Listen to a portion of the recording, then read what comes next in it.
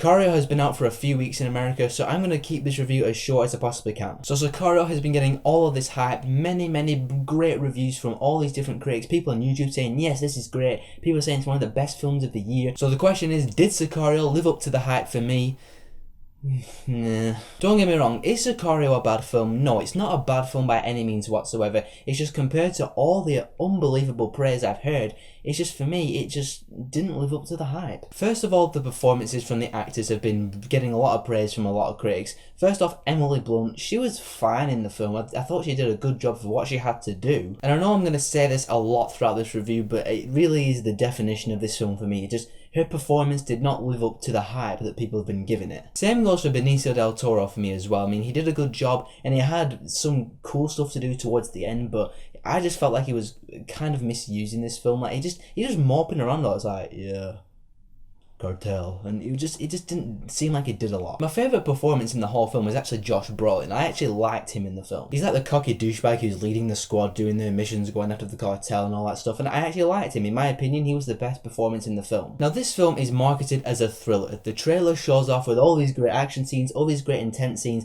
and it's put all together to make you think this film is a thriller. And of course, with every thriller, you want it to be thrilling, and Sicario was kind of thrilling in parts. I know I'm going to sound like the guy who just likes the action films and all the intensity and excitement right now, and obviously I do, but I do like the slower films sometimes. It's just this film marketed as a thriller, and like I said, there's only a couple of scenes where it was kind of thrilling. Or quite a few times throughout the film, the music would be going, you'd be getting intense, you're like, yeah, something's going to kick on, yeah. It's building up and building up and building up with this awesome intense music, and then nothing happens.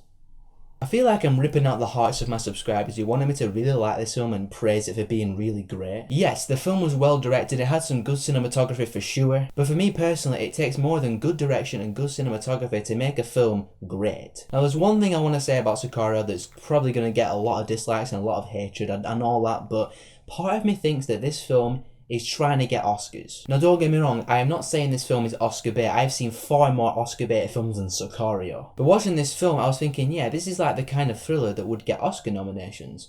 So, I don't know what it is. I know I sound really unprofessional or whatever right now, but part of me just feels that this film was made to get Oscars. I don't know if it's going to get a lot of nominations. Probably a Best Actress for Emily Blunt and a Best Supporting Actor for Benicio del Toro, although I think that one should go to Josh Brolin, but that's just me. But I don't know. I mean, my mind's all over the place with Sicario, but like I said, underwhelmed by the film. It didn't live up to the hype for me, and I thought it was just meh, okay. But like I said, it's not a bad film. It does have some redeeming qualities, like Josh Brolin's performance I thought was the best of the film.